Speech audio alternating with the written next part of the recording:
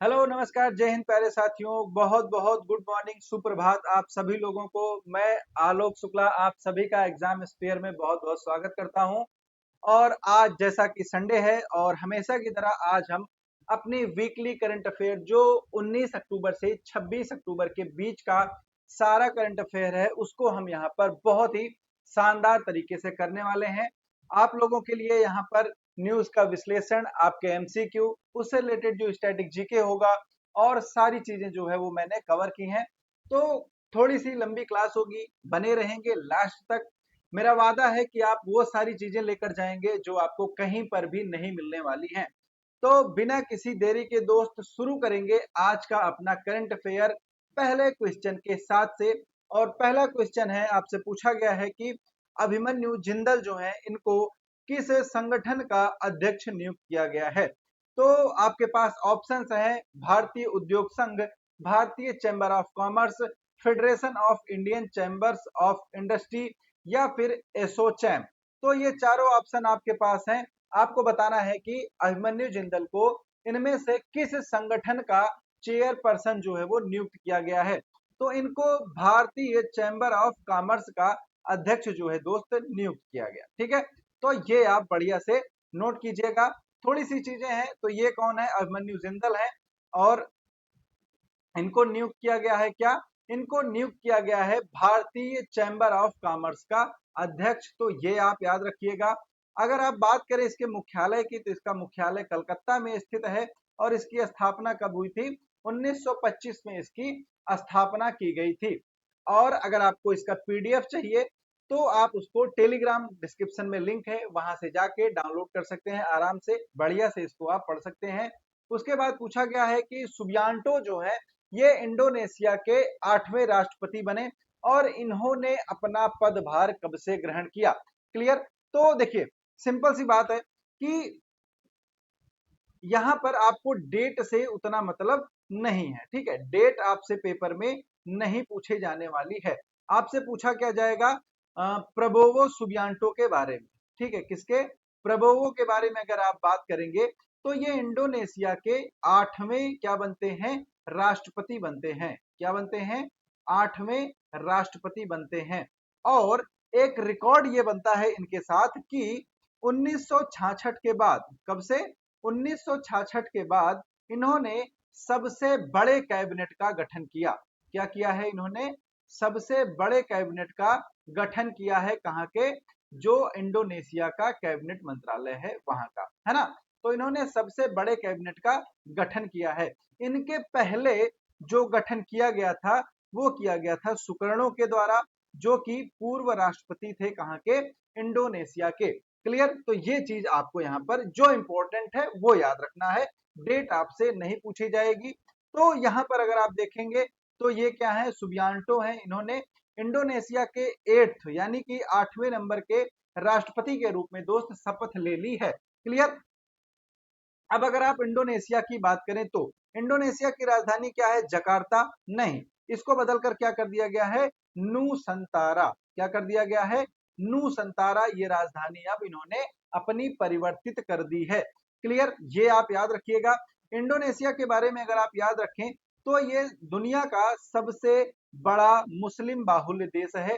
ठीक है, यानी कि विश्व में सबसे ज्यादा मुस्लिम आबादी किस देश में निवास करती है, तो वो इंडोनेशिया में निवास करती है। अगर आप जनसंख्या के दृष्टि से देखें तो ये चौथे नंबर पर आता है।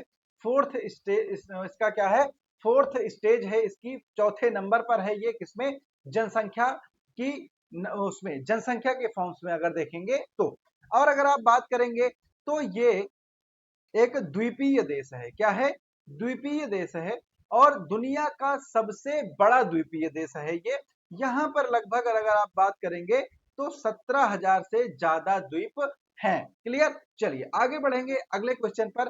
पाकिस्तान के 26वें संविधान संशोधन का उद्देश्य क्या है। तो देखो भाई, ये हैं पड़ोसी और ये कुछ भी अपने यहाँ करते हैं तो वो हमको जानना जरूरी है कि क्यों, पड़ोसी के यहाँ क्या हो रहा है ये सबको पता होना चाहिए। तो इसलिए ये क्वेश्चन यहाँ पर है। तो देखो, अच्छा तो ये कर नहीं सकते हैं, तो इनका जो उद्देश्य है ये सामान्यता क्या है कि ये न्यायपालिका में जो चेंजेस करना चाहते हैं उसके लिए इन्होंने ये कानून लाया है या ये फिर संशोधन लाया है। एक तरह से देखा जाए तो संविधान में इन्होंने संशोधन किया है, किसमें, न्यायपालिका के कार्यों में परिवर्तन करने के लिए।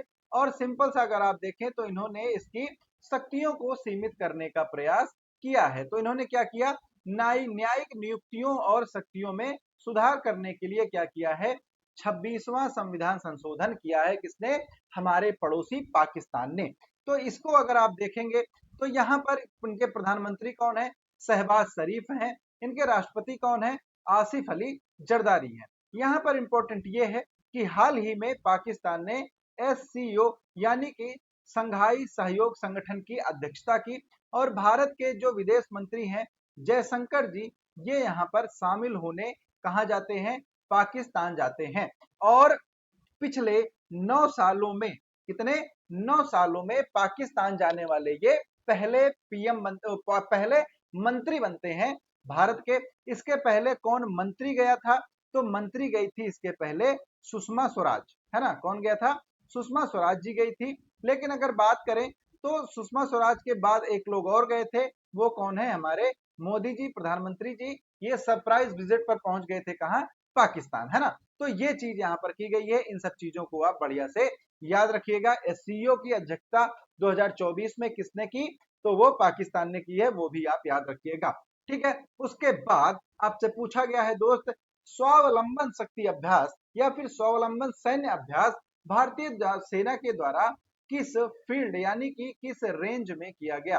ठीक है। अब यहाँ पर आपको ऑप्शन क्या क्या है, पोखरण फील्ड, बबीना फील्ड, महाजन और जैसलमेर। तो देखिए जो शक्ति अभ्यास है ना, क्या है, शक्ति अभ्यास। शक्ति अभ्यास कहां पर किया गया दोस्त, तो शक्ति अभ्यास को किया गया जो आपका महाजन फायर रेंज है उसमें।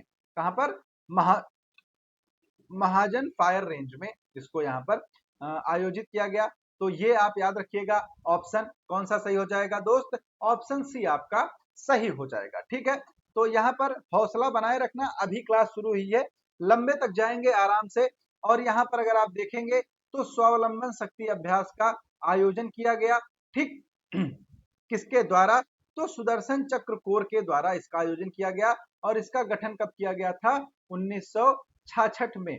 ठीक है, क्लियर। तो इसको आप बढ़िया से याद रखिएगा। स्वावलंबन शक्ति अभ्यास जो है ये, फिर अगर बात करें कि जो आपका बबीना रेंज है, ठीक है, क्या है, बबीना फायर रेंज है ना, क्या है, बबीना फायर रेंज।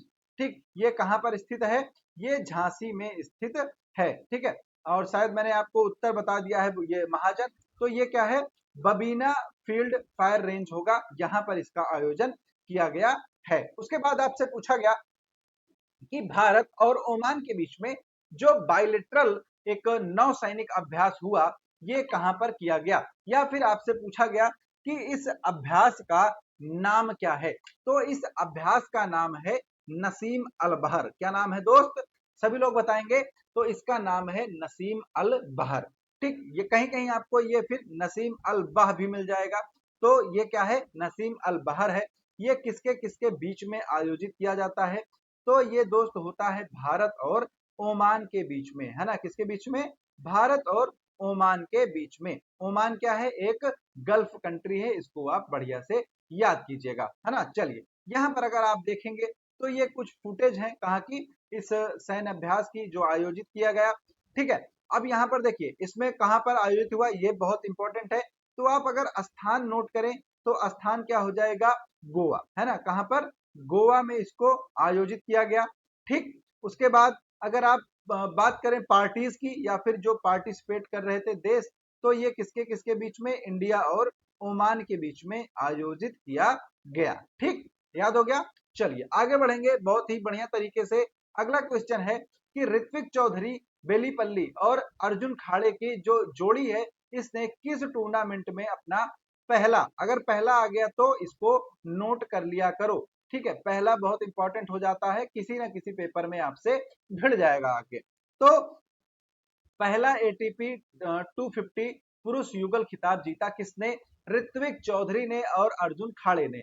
तो इन्होंने जीता है 2024 का अलमाटी ओपन। क्या जीता है, अलमाटी ओपन 2024 का।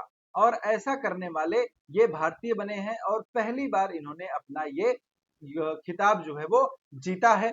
अगर आप बात करें तो ये दोनों लोग हैं कौन कौन, ऋत्विक चौधरी, बोलीपल्ली और अर्जुन खाड़े। इन्होंने जीता अल्माटी ओपन मेल्स कैटेगरी में, जो डबल्स का खिताब होता है उसको। ठीक है, तो एटीपी 250 यहाँ पर आप देखेंगे तो इनके शील्ड पर बहुत ही शानदार तरीके से लिखा हुआ है, और यहाँ पर आप देखेंगे तो क्या लिखा है, अल्माटी ओपन लिखा हुआ है। ठीक है, हराया किसको इन्होंने, तो कोलंबिया के निकोलस को और टिनुसिया को, है ना, किसको हराया, निकोलस और टिनुसिया को इन्होंने हराया और ये खिताब जीता है।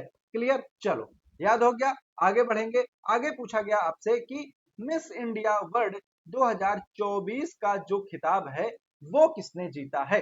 तो अब सुंदरता वाले सवाल यहाँ पर आ गए हैं, तो एक बार सभी लोग कमेंट बॉक्स में इसका आंसर दीजिएगा कि मिस इंडिया 2024 ये मैंने कराया था आप सभी लोगों को बहुत ही बढ़िया तरीके से। तो ये अवार्ड किसने जीता है, तो इसको जीता है मध्य प्रदेश की निकिता पोरवाल ने। ये कहाँ की हैं, मध्य प्रदेश की हैं। और आप सबको पता है कि जो मिस इंडिया जीतता है वो आने वाला जो मिस वर्ल्ड होता है, ठीक है, क्या होता है, मिस वर्ल्ड जो चैंपियनशिप होती है इसमें ये क्या करते हैं, देश का प्रतिनिधित्व करते हैं। तो इसलिए अब ये इंडिया को लीड करेंगी कहां पर, जो मिस वर्ल्ड चैंपियनशिप होगी वहां पर। तो कौन जीता है, इसको जीता है निकिता पोरवाल ने। यहां पर आप देखेंगे तो ये सुंदर सी बाला ऑरेंज कलर के कपड़े में जो आपको दिख रही हैं, इनका नाम क्या है, इनका नाम है निकिता पोरवाल। ठीक है, ये कहां से बिलोंग करती हैं, तो ये मध्य प्रदेश से बिलोंग करती हैं। और अभी ये 2 से ढाई महीने पहले क्या बनी थी, मिस मध्य प्रदेश भी बनी थी। क्या बनी थी, मिस मध्य प्रदेश ये बनी थी। ठीक है, तो ये अवार्ड भी इन्होंने जीता था। ठीक, अगर आप बात करें तो उप विजेता कौन कौन रहा, तो दादर नगर हवेली से रेखा पांडे और गुजरात से आयुषी ढोलकिया, ये क्या थी, उप विजेता थी यहाँ पर। ठीक, तो इसको भी आप याद कर लीजिएगा। हालांकि उप विजेता आपसे इस केस में नहीं पूछा जाएगा, तो ये इतना इंपॉर्टेंट नहीं है। आप नाम याद करेंगे किसका, निकिता पोरवाल का। ठीक है, तो ये यहाँ पर क्लियर हो जाता है। अब ये मिस वर्ल्ड का क्या करेंगी, प्रतिनिधित्व करेंगे। ठीक, उसके बाद आपसे फिर से एक बार पड़ोसी के यहाँ से क्वेश्चन आया है कि 26वां संविधान संशोधन के अंतर्गत जो यहाँ के न्यायाधीश हैं इनके कार्यकाल को कितने साल के लिए सीमित कर दिया गया, यानी कि जो सीजेआई होंगे पाकिस्तान के, कौन, सीजेआई, यानी कि जो पाकिस्तान के मुख्य न्यायाधीश होंगे, इनका कार्यकाल कितने वर्ष का कर दिया गया, तो दोस्त अब इनका कार्यकाल कर दिया गया है 3 वर्ष का। भारत में बात करेंगे तो भारत में अभी आपके 51वें चीफ जस्टिस कौन नियुक्त किए गए, 51वें चीफ जस्टिस नियुक्त किए गए हैं संजीव खन्ना, है ना, कौन नियुक्त किया गया है, संजीव खन्ना नियुक्त किए गए हैं। शपथ ग्रहण इनका कब है, 11 नवंबर को है। तो अभी ये फिर से आपको मिलेंगे इन न्यूज में। ठीक है, कब है, 11 नवंबर को है। इनके पहले कौन है, तो डी वाई चंद्रचूड़ जी हैं जो वर्तमान में भारत के मुख्य न्यायाधीश हैं। संजीव खन्ना का कार्यकाल कितना होने वाला है, 6 माह का इनका कार्यकाल होगा दोस्त। अगर बात करें संविधानिक प्रावधान की, तो आपका अनुच्छेद 24 का खंड 2 जो होता है, ये प्रावधान करता है किसका, न्यायाधीशों की जो नियुक्ति होगी वो किस प्रकार से की जाएगी। तो न्यायाधीशों की नियुक्ति से संबंधित प्रावधान ये करता है। अगर बात करें नियुक्ति की, तो नियुक्ति किसके द्वारा की जाती है भारत में, तो राष्ट्रपति के द्वारा की जाती है। और शपथ भी कौन दिलाता है, भारत के राष्ट्रपति ही यहाँ पर शपथ दिलाते हैं। ठीक है, तो ये चीज आपको अच्छे से क्लियर हो गई होगी। अब आगे बढ़ते हैं अपनी न्यूज पे। तो क्या पूछा गया था कि पाकिस्तान में जो 26वां संविधान संशोधन किया गया उसमें यहाँ के जो मुख्य न्यायाधीश हैं उनके कार्यकाल को कितने वर्ष तक सीमित कर दिया गया है, तो 3 वर्ष के लिए सीमित कर दिया गया। तो अब बात आई है तो आगे तक जाएगी, तो एक बार बात कर लेंगे भारत में सीजेआई जो होते हैं, मुख्य न्यायाधीश जो होते हैं, इनका कार्यकाल कितना होता है। तो दोस्त इनका कार्यकाल होता है या तो 5 वर्ष या तो 65 वर्ष। ठीक है, अब इन दोनों में जो पहले कंप्लीट होगा, या तो इनका 5 वर्ष का कार्यकाल पूरा हो जाए या तो 65 वर्ष की इनकी आयु कंप्लीट हो जाए। दोनों में जो पहले हो जाएगा वही से ये क्या करेंगे, अपने पद से हट जाते हैं। ठीक, तो ये चीज भी आप बहुत ही अच्छे तरीके से याद कर लीजिएगा। यहाँ पर जो होना था वो मैंने आपको बता दिया। यहाँ पर इन्होंने 26वां संविधान संशोधन पेश किया हमारे पड़ोसी ने, और यहाँ पर जो मुख्य न्यायाधीश हैं उनके कार्यकाल को 3 वर्ष के लिए सीमित कर दिया गया है। ठीक है, अगला पढ़िएगा। बहुत ही इंपॉर्टेंट क्वेश्चन है। एक आपको एक पुरातत्विक प्लेटें मिली हैं तांबे की, है ना, किसकी? तांबे की प्लेट मिली है जिस पर संस्कृत में या फिर देवनागरी भाषा में कुछ लिखा हुआ है लिपि में। तो ये मिली कहां पर है? श्रृंगेश्वर में। तो पूरा क्वेश्चन क्या है कि श्री श्रृंगेश्वर मंदिर में मिली 16वीं सदी। ठीक है, 16वीं सदी आपने पढ़ी तो आप कहां भाग गए? सीधे सीधे कहां पर? विजयनगर, है ना, मतलब मध्यकालीन भारत एक तरह से अगर आप देखेंगे तो। ठीक है, तो यहां पर अगर आप आएंगे तो 16वीं सदी में तांबे की प्लेटें किस राजा के शासनकाल से संबंधित हैं? ठीक है, अब यहां पर देखिए क्या होता है कि एक सिंहेश्वर मंदिर है साउथ में, वहां पर तांबे की प्लेटें मिलती हैं और जब इनके बारे में अध्ययन किया जाता है तब बताया जाता है और ऐसा बोला गया कि ये जो प्लेटें हैं, जो विजयनगर साम्राज्य था, विजयनगर साम्राज्य के जो शासक थे कृष्णदेव राय। कौन थे दोस्त? कृष्णदेव राय। तो ये बताया जा रहा है कि ये जो प्लेटें हैं ये कृष्णदेव राय के साम्राज्य से बिलोंग करती हैं। तो यहाँ पर आपका जो सही ऑप्शन होगा क्या हो जाएगा? कृष्णदेव राय हो जाएगा। ठीक है, अगर आप बात करें इनके साम्राज्य की तो ये कहां से थे? विजयनगर साम्राज्य से। कहां से दोस्त? विजयनगर साम्राज्य से। तो अब अगर विजयनगर की बात कर लें तो इसके संस्थापक कौन थे? तो इसके संस्थापक थे हरिहर और बुक्का। कौन थे? हरिहर बुक्का, है ना। ये आपको याद होगा, बहुत बढ़िया से हिस्ट्री में आपने पढ़ा होगा।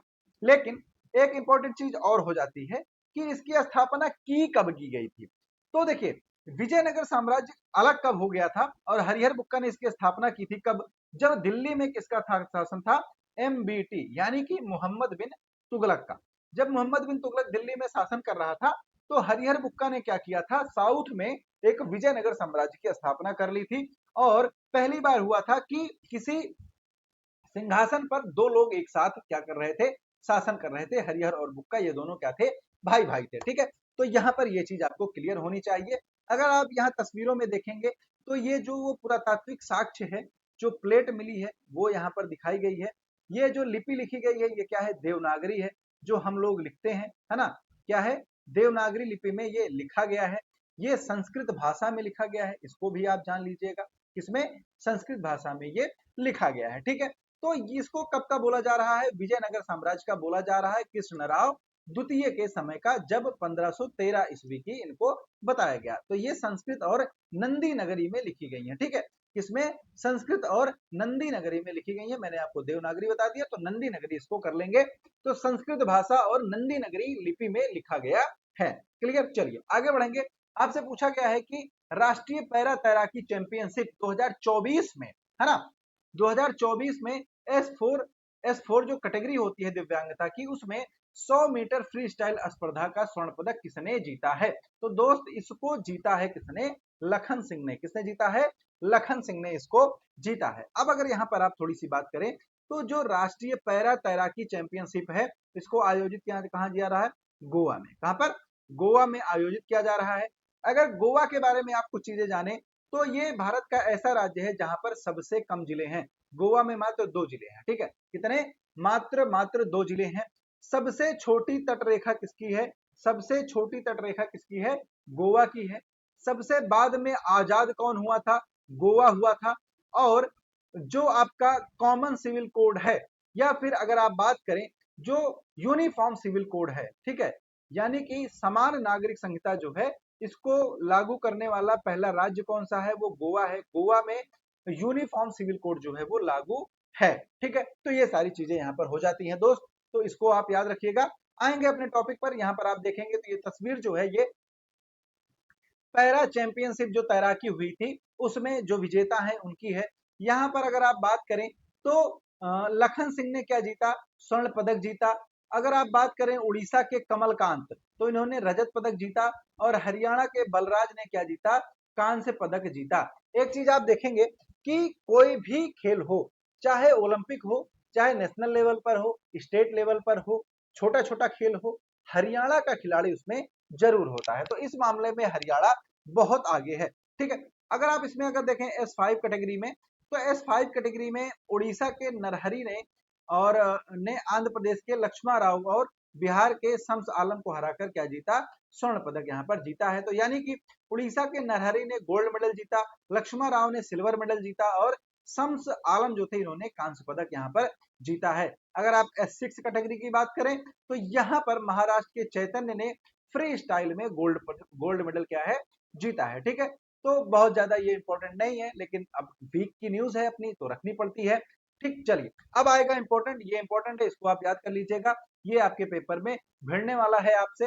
प्रधानमंत्री मोदी ने उड़ान योजना के तहत किन शहरों में हवाई अड्डों का उद्घाटन किया? आपके पास ऑप्शन है भोपाल, रायपुर, लखनऊ, रीवा, अंबिकापुर, सहारनपुर, इंदौर, बिलासपुर, मेरठ, ग्वालियर, दुर्ग और वाराणसी। ठीक है, तो इसको आप कमेंट करके बताइएगा। मैं आपको यहाँ पर बताता हूं कि जो उड़ान स्कीम है, क्या है, उड़ान स्कीम है, यानी कि उड़ान का मतलब क्या हो जाता है, उड़े देश का आम नागरिक, क्या हो जाता है, उड़े देश का आम नागरिक। इस योजना के तहत 3 हवाई अड्डों को लॉन्च किया किसने, प्रधानमंत्री मोदी ने। तो पहला जो है वो उत्तर प्रदेश के सहारनपुर में हुआ। ठीक है, कहां पर, उत्तर प्रदेश के सहारनपुर में। दूसरा कहां हुआ, मध्य प्रदेश के रीवा में।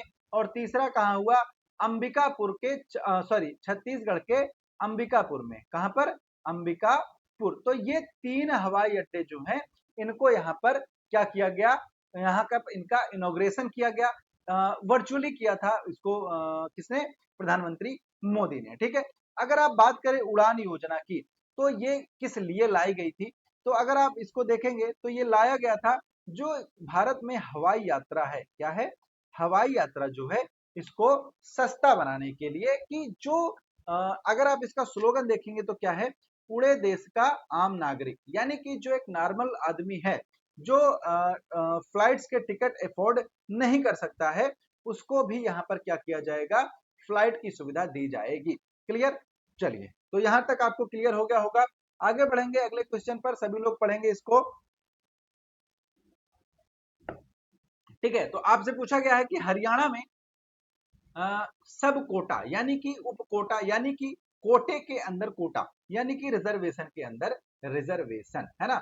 आप लोगों को याद आया होगा कुछ टाइम पहले कि अगस्त के महीने में क्या हुआ था, अगस्त के महीने में D.Y. चंद्रचूड़ जी की अध्यक्षता में एक 7 बजों की बेंच थी, 7 जजों की बेंच थी। ठीक है, और इस बेंच ने 6-1 से निर्णय दिया था कोटे के अंदर कोटा लागू करने का, यानी कि उप कोटा लागू करने का। और यहाँ पर नायब सैनी की सरकार ने क्या किया, हरियाणा में उप कोटा लागू कर दिया, कौन सा, दलित। ठीक है, दलित उप कोटा इन्होंने लागू कर दिया है। और ऐसा करने वाला पहला राज्य कौन सा बन गया है दोस्त, तो इसको भी आप बहुत ही बढ़िया तरीके से याद कीजिएगा, किसने किया है, किसने, हरियाणा ने। अगर आप बात करें तो हाल ही में हरियाणा में चुनाव हुए, चुनाव में बीजेपी जो है वो क्या करती है, बहुमत पाती है। और जो नायब सैनी है, कौन है, नायब सैनी, नायब सैनी फिर से क्या होते हैं, हरियाणा के नए मुख्यमंत्री चुने जाते हैं। ठीक है, याद हो गया। चलो आगे बढ़ेंगे, आगे क्या है आपके लिए, आगे हो जाएगा कि झारखंड का नया डीजीपी किसको बनाया गया है। ठीक, तो ये अभी परसों नरसों आप लोगों से मैं डिस्कस कर रहा था जब अपनी करंट अफेयर की क्लास हो रही थी, तो तब भी मैंने बताया था कि यहाँ पर चुनाव होने वाला है, कहां पर, झारखंड में। ठीक है, कहां पर, झारखंड में। और चुनाव जब डेट अनाउंस हो जाती है, ठीक है, क्या होता है, जब डेट अनाउंस हो जाती है तो अधिकारियों की नियुक्ति फिर सरकार के हाथ में नहीं होती है। तो जो झारखंड का नया डीजीपी नियुक्त किया गया है, ये नियुक्त किया गया है दोस्त अजय सिंह को, किसको, अजय सिंह को, है ना, किसको, अजय सिंह को। और नियुक्त किया किसने है, तो नियुक्त किया है चुनाव आयोग ने, है ना, किसने, चुनाव आयोग ने। तो ये यहाँ पर इंपॉर्टेंट हो जाता है, इसको आप याद रखिएगा, ये आपसे पूछा जा सकता है। और ऑप्शन क्या सही हो जाएगा, ऑप्शन बी आपका सही हो जाएगा दोस्त, अजय कुमार सिंह। ठीक है, तो ये हैं अजय कुमार सिंह जिनको नियुक्त किया गया झारखंड का डीजीपी। ये पहले भी झारखंड के डीजीपी रह चुके हैं। ठीक, अब यहाँ पर अगर आप देखें तो झारखंड में 13 से 20 नवंबर को क्या होने वाले हैं, चुनाव होने वाले हैं विधानसभा के। और इसीलिए यहाँ पर इनको चेंज कर दिया गया। ये 1989 बैच के आईपीएस अधिकारी हैं। ठीक है, चलो आगे बढ़ जाएं अगले क्वेश्चन पर। अगला क्वेश्चन है कि महिला टी20 विश्व कप 2024। आप सबको पता है कि आईसीसी जो है वो टूर्नामेंट कराती है और उसमें जो वुमेन्स टी20 है, ठीक है, वुमेन्स टी20 वर्ल्ड कप जो है वो खत्म हो गया। जीता कौन? तो जीता दोस्त न्यूजीलैंड ने। किसने जीता? न्यूजीलैंड ने ये खिताब जीता है।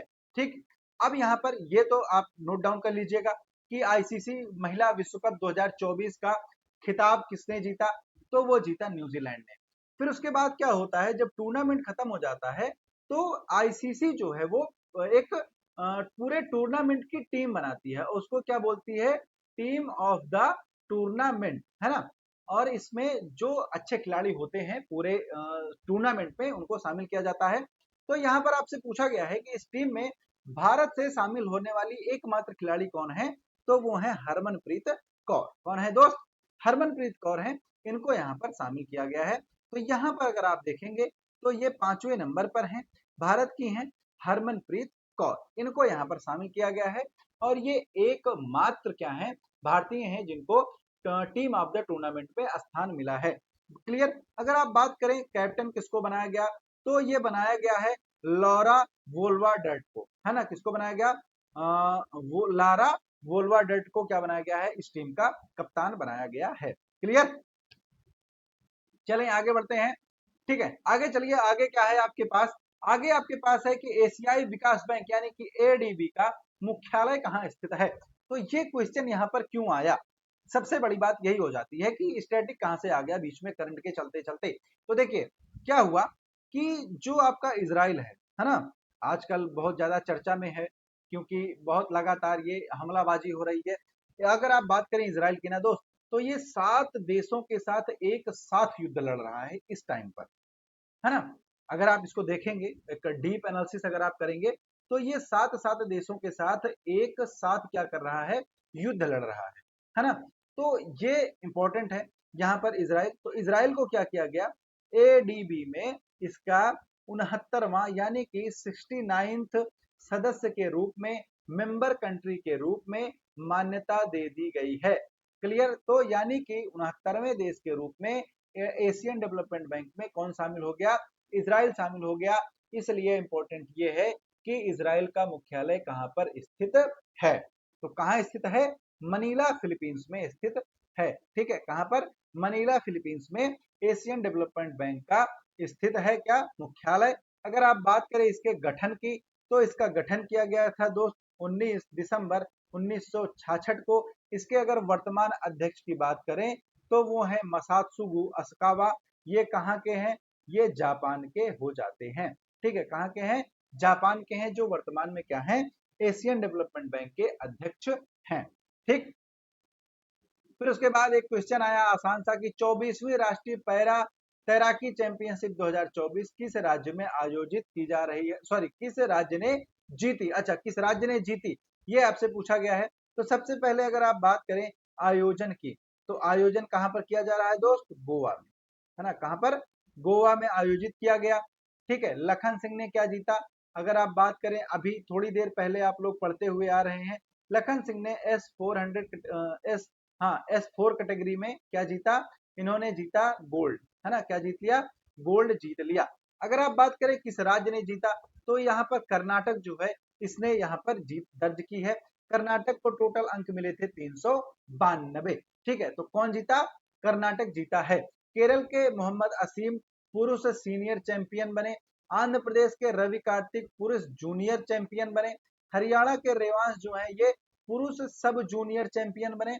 और कर्नाटक के शरणिया जो है ये महिला सीनियर चैंपियन यहाँ पर बनती हैं। इसका पीडीएफ डाउनलोड कर लीजिएगा, फालतू की गोचा पोची करने की कोई जरूरत नहीं है। ठीक है, टेलीग्राम पे लिंक है, वहां से आप देख लेंगे। फिर उसके बाद है लुओंग कुओंग। नाम सुनकर मजा आ गया होगा आपको। क्या नाम है इनका? Luong Cuong.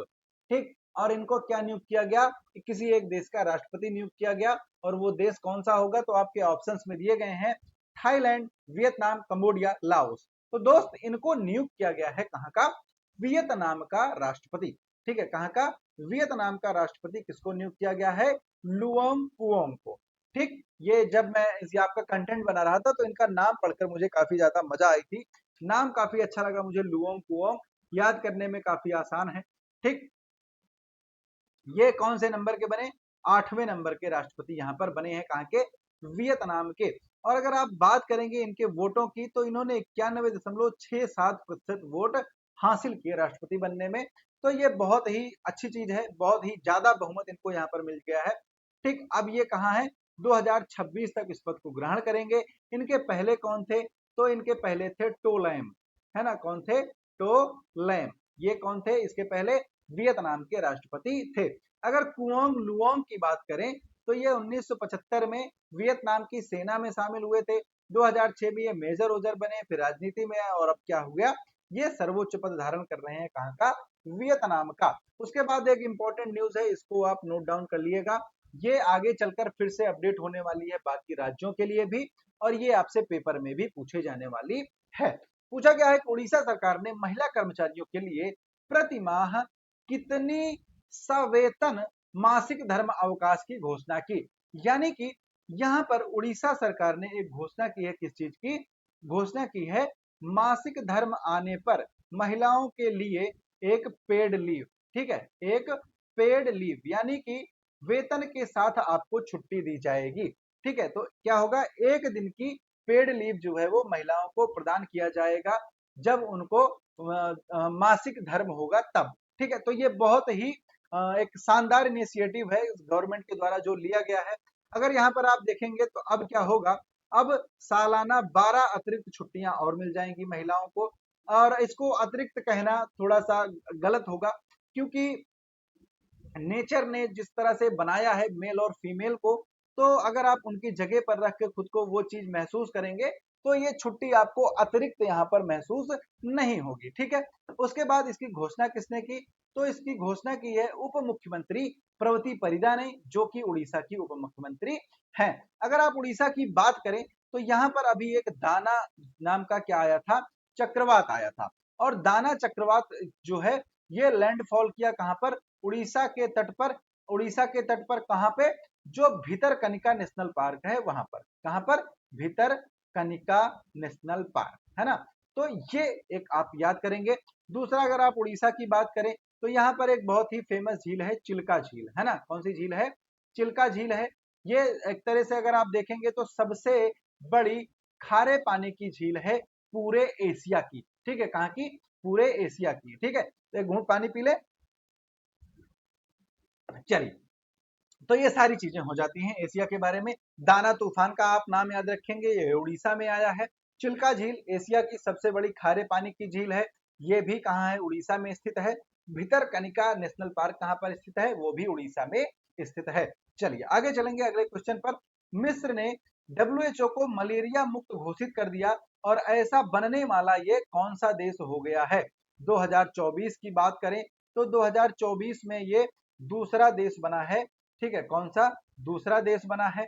अगर आप बात करें साउथ अफ्रीका कॉन्टिनेंट की, तो ये चौथा देश बना है। और अगर आप बात करेंगे भूमध्य सागर, सॉरी, हाँ, भूमध्य सागरीय क्षेत्र की, तो ये तीसरा देश बना है ना? तो ये रैंकिंग आप याद कर लीजिएगा कि किस प्रकार कौन सा देश बना है। तो यहाँ पहला, दूसरा, तीसरा सारे सही हो जाएंगे अगर आप रैंकिंग देखेंगे तो। क्लियर? तो यहाँ पर अगर आप देखें, तो 2024 की अगर बात करें, है ना, तो 2024 में सबसे पहले दिया गया था काबो वर्डे को। ठीक है, किसको दिया गया था? काबो वर्डे को। ये पहले घोषित किया गया था 2024 में मलेरिया मुक्त। और दूसरा देश कौन सा बन गया? मिस्र, यानी कि इजिप्ट। मिस्र को भी अब मलेरिया मुक्त घोषित कर दिया गया है। अगर आप बात करेंगे मलेरिया की, तो ये एक मच्छर के काटने से फैलने वाली बीमारी है। ये मादा जो एनोफिलीज मच्छर होते हैं, उनके द्वारा जब कोई ये बाइट करती हैं, तब जो है ये क्या होता है? मलेरिया जो बुखार है वो आपको हो जाता है। अगर आप बात करें, 2010 में ये प्रमाणन दिया गया था मोरक्को को, 2007 में दिया गया था यूएई को, और उसके बाद अगर आप बात करें, तो अब टोटल कितने देशों को दिया चुका है? ये दिया गया है 44 देशों को। ठीक है, कितने? 44 देशों को ये दिया जा चुका है। आपको कमेंट बॉक्स में बताना है कि डब्ल्यूएचओ का मुख्यालय जो है वो कहां पर स्थित है। ठीक है, चलिए इसके बाद आएंगे अपने अगले क्वेश्चन पर। अगला क्वेश्चन है दोस्त, आपसे पूछा गया है कि भारत ने अपनी परमाणु ऊर्जा संचालित एक पनडुब्बी को लॉन्च किया गया, कहां पर? विशाखापत्तनम शिप बिल्डिंग सेंटर से। और आपसे पूछा गया है कि इस पनडुब्बी का नाम क्या होने वाला है। तो दोस्त यहाँ पर कोड नेम जो है वो रखे गए हैं और आपसे पूछा गया है इसका नाम। तो सभी लोग बताएंगे एक बार इसका बहुत ही अच्छे तरीके से नाम। तो ये चौथी पनडुब्बी थी, इसका नाम S4 रखा गया है।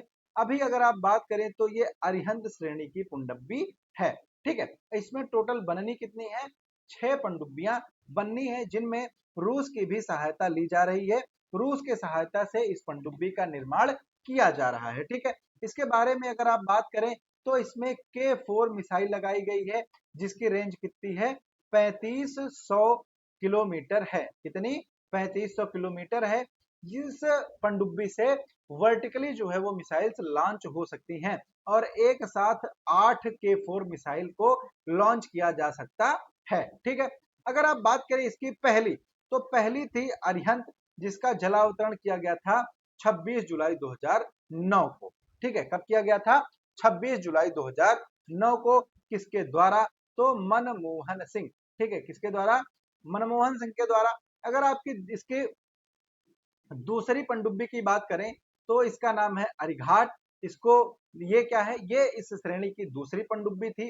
अगर आप तीसरी पनडुब्बी की बात करें तो तीसरी पनडुब्बी का नाम था अरिदमन। क्या नाम था? अरिदमन इसका नाम था। इसको लॉन्च किया गया था दोस्त 2021 में। और अरिघात की बात करें तो अरिघात को तो 2024 में ही अभी लॉन्च किया गया था। क्लियर? तो ये सारी चीज आप बहुत ही अच्छे से याद कर लीजिएगा। उसके बाद आपसे क्वेश्चन आपका यहाँ पर अपडेट नहीं है, मैं बना देता हूं। तो आपसे पूछा गया है कि उर्मिला चौधरी को global anti racism championship award 2024 जो है वो प्रदान किया गया। ये किस देश से संबंधित है? तो ये संबंधित है कहां से? नेपाल से। तो नेपाल की उर्मिला चौधरी को क्या दिया गया? Global anti racism championship award 2024। और बस इतना ही आपको याद करना है। ठीक है, आपको नाम याद करना है। उर्मिला चौधरी कहाँ की हैं? नेपाल की हैं। और इनको अवार्ड कौन सा दिया गया? Global anti racism championship award 2024 जो है वो इनको प्रदान किया गया। ठीक है दोस्त, चलो अगले क्वेश्चन पर आएंगे। 55वां जो IFFI है, यानी कि इंटरनेशनल फिल्म फेस्टिवल। ठीक, तो जो 55वां भारतीय अंतरराष्ट्रीय फिल्म महोत्सव है, इसमें किस देश को मुख्य फोकस बनाया गया है, ये आपसे पूछा गया है। तो 55वां जो है ये कहां पर आयोजित किया जा रहा है? गोवा में, है ना? इसको भी आप याद रखिएगा। इसमें जो मुख्य फोकस है वो कौन सा देश है? तो वो है दोस्त ऑस्ट्रेलिया। कौन सा है? ऑस्ट्रेलिया को मुख्य फोकस कंट्री के रूप में यहाँ पर रखा गया है। क्लियर? यहाँ पर आप देखेंगे तो ये 20 से 28 नवंबर के बीच में आयोजित किया जाएगा। कहां पर आयोजित होगा दोस्त? तो गोवा में आयोजित होगा। ठीक है, इसमें क्या होगा? 7 ऑस्ट्रेलियाई फिल्में जो है वो दिखाई जाएंगी, जो स्वदेशी और समकालीन दोनों तरह के स्टोरीज को प्रदर्शित करेंगी। अब आइए बढ़ेंगे अपने अगले सवाल की तरफ। अगला सवाल आपसे पूछा गया है कि चाणक्य रक्षा वार्ता का दूसरा संस्करण जो है, इसकी मेजबानी 2024 में किस शहर के द्वारा की गई? तो ऐसी जो चीजें होती हैं अक्सर नई दिल्ली में की जाती हैं, सेना से रिलेटेड। ठीक है, चलिए, तो यहाँ पर जो चाणक्य वार्ता है, ठीक है, क्या है? चाणक्य रक्षा वार्ता है। इसको आयोजित कहां पर किया गया? इसको आयोजित किया गया दोस्त नई दिल्ली में। ठीक है, कहां पर? नई दिल्ली में। राजनाथ सिंह कौन है? रक्षा मंत्री हैं, ये यहाँ पर मुख्य अतिथि के रूप में शामिल हुए थे। अगर आप यहाँ पर देखेंगे तो ये इसकी थीम थी। ठीक है, क्या थी? ये इसकी थीम थी। इसको आयोजित किया गया। थीम क्या था? राष्ट्र निर्माण में प्रेरक व्यापक सुरक्षा के माध्यम से विकास को बढ़ावा देना। आयोजित कहां पर किया गया? मानेक शॉ सेंटर है। क्या है? मानेक शॉ सेंटर है। कहां पर? नई दिल्ली में। और इसको यहीं पर आयोजित किया गया। इसके मुख्य अतिथि कौन थे? तो इसके चीफ गेस्ट थे भारत के रक्षा मंत्री राजनाथ सिंह। ठीक है, चलिए इसके बाद एक बहुत ही इंटरेस्टिंग क्वेश्चन आप लोगों के सामने है।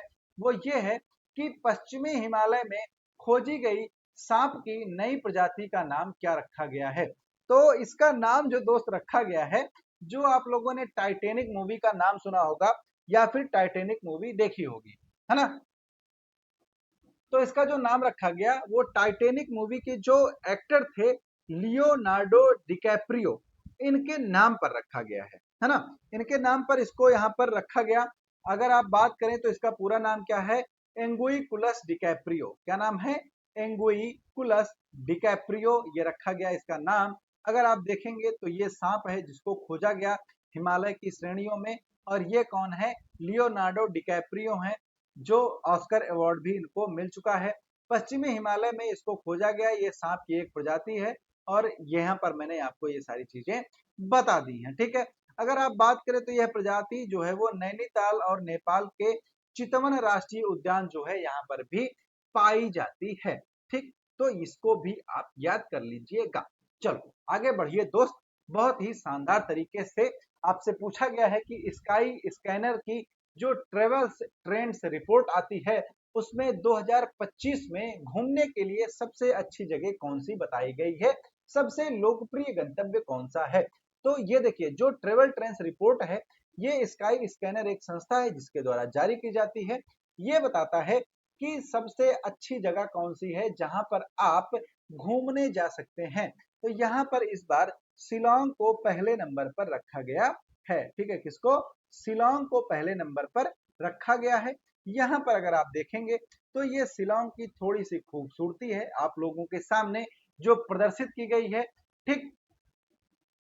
इसके बाद अगर आप देखेंगे तो इसमें बाकू, अजरबैजान ऐसे देश भी शामिल किए गए हैं, ऐसी जगहों को शामिल किया गया है। सिंपल सा आपको बस अपने देश के जो स्थान है उनका नाम याद रखना है, क्या, शिलोंग, है ना। शिलोंग को पहले स्थान पर रखा गया है।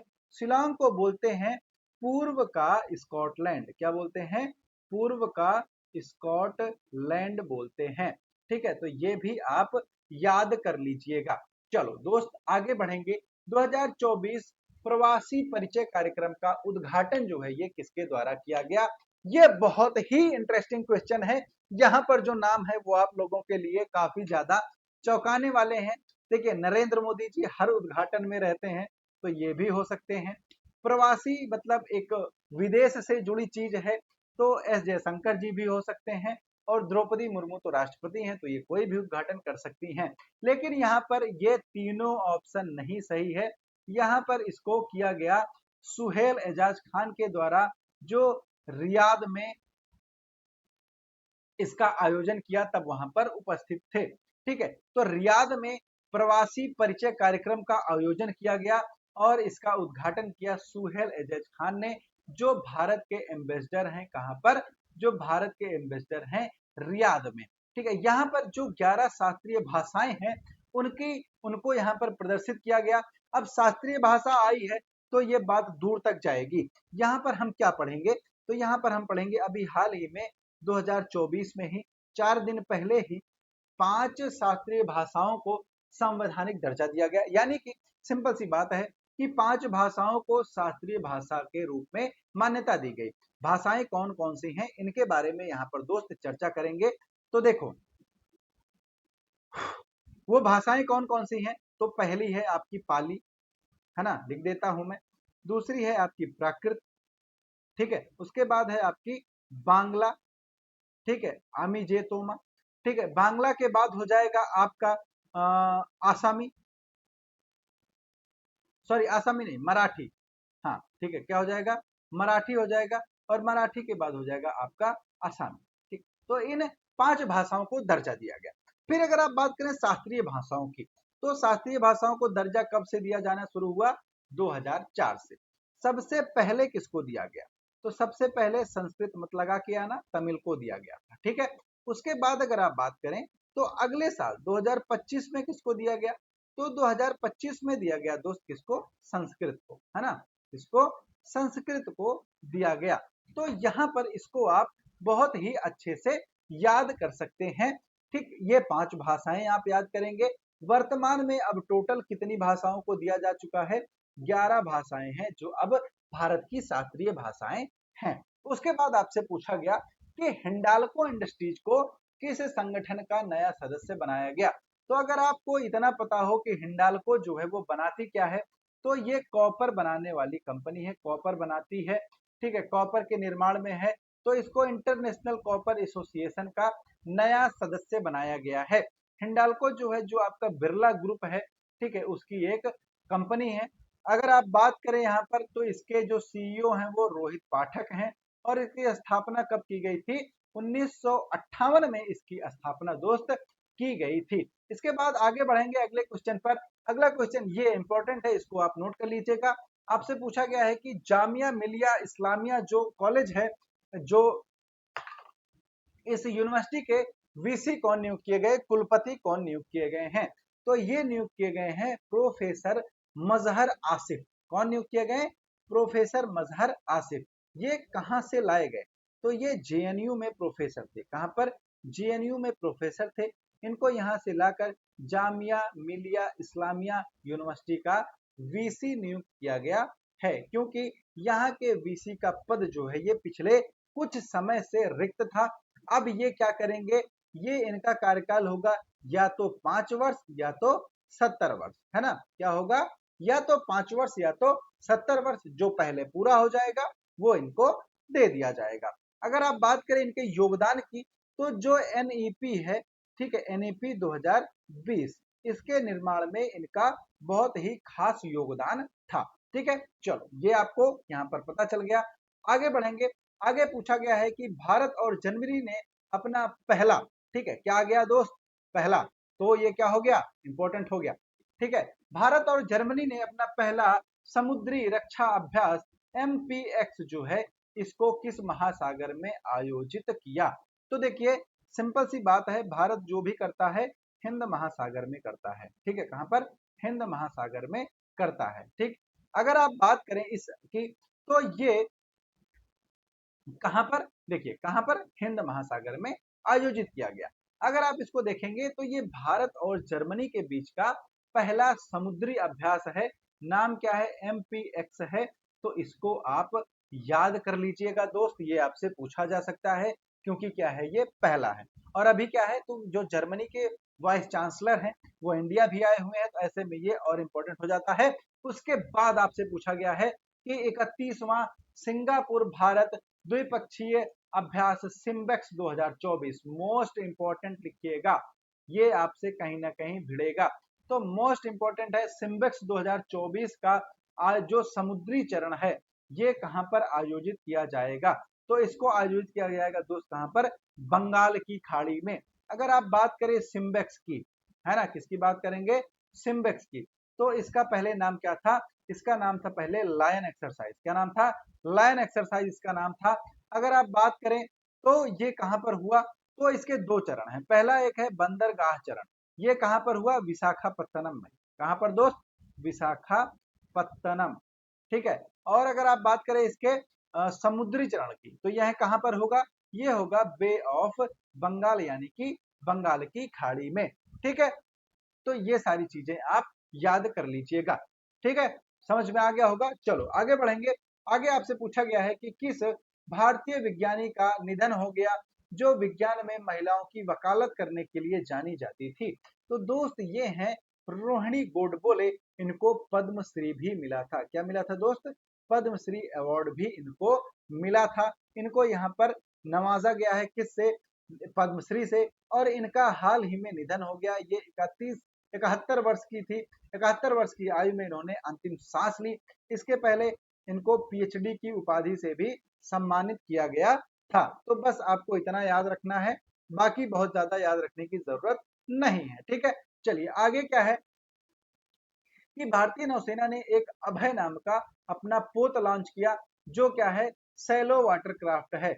और इसको कहां से लॉन्च किया गया? तो इसको लॉन्च किया गया कटपल्ली से। और इसको बनाया किसने है? तो लार्सन एंड टूब्रो जो है, इसने इसको बनाया है। यहाँ पर आप देखेंगे तो ये इस पोत की इमेज है। इसको 25 अक्टूबर को दोस्त लॉन्च किया गया था। नाम क्या रखा गया है इसका? अभय नाम रखा गया है। यानी कि किसी से डरने वरने की जरूरत नहीं है। तो टोटल इस सीरीज में 8 पोत जो है वो बनाए जा रहे हैं। ये क्या है? भारत की जो समुद्री सुरक्षा है उसको सुदृढ़ करने में बहुत ही महत्वपूर्ण भूमिका निभाने वाले हैं। ये बनाया किसने है? तो LNT यानी कि लार्सन एंड टूब्रो ने इसको बनाया गया है। लॉन्च कहां से किया गया? कट्टूपल्ली से इसको दोस्त लॉन्च किया गया है। ठीक है, तो ये था आपका आज का एक बहुत ही इंपॉर्टेंट, बहुत ही शानदार करंट अफेयर पूरे वीक का, जिसमें हमने 19 से 26 तारीख तक का पूरा करंट अफेयर लगभग आपके 35-40 जो 50 एमसीक्यू थे उनको हमने यहाँ पर कवर किया थ्योरी के साथ। ठीक है, अगर इसमें कोई इंप्रूवमेंट आपकी तरफ से लगती है कि होनी चाहिए, तो आपके सुझाव का बहुत बहुत स्वागत है हमारे कमेंट बॉक्स में। अगर आपका कोई सवाल है, कुछ क्वेश्चन है, कोई सुझाव है, उसको भी आप कमेंट बॉक्स में पूछ सकते हैं। और अगर क्लास पसंद आई हो, मेहनत अच्छी लगी हो, तो एक बार चैनल को सब्सक्राइब कर लीजिएगा। लाइक शेयर कमेंट करना बिल्कुल ना भूलें। आपके फीडबैक का इंतजार रहेगा कमेंट बॉक्स में। मिलते हैं आप लोगों से अगले सेशन में, तब तक के लिए आप सभी लोगों को प्यार भरा नमस्कार। जय हिंद, जय भारत।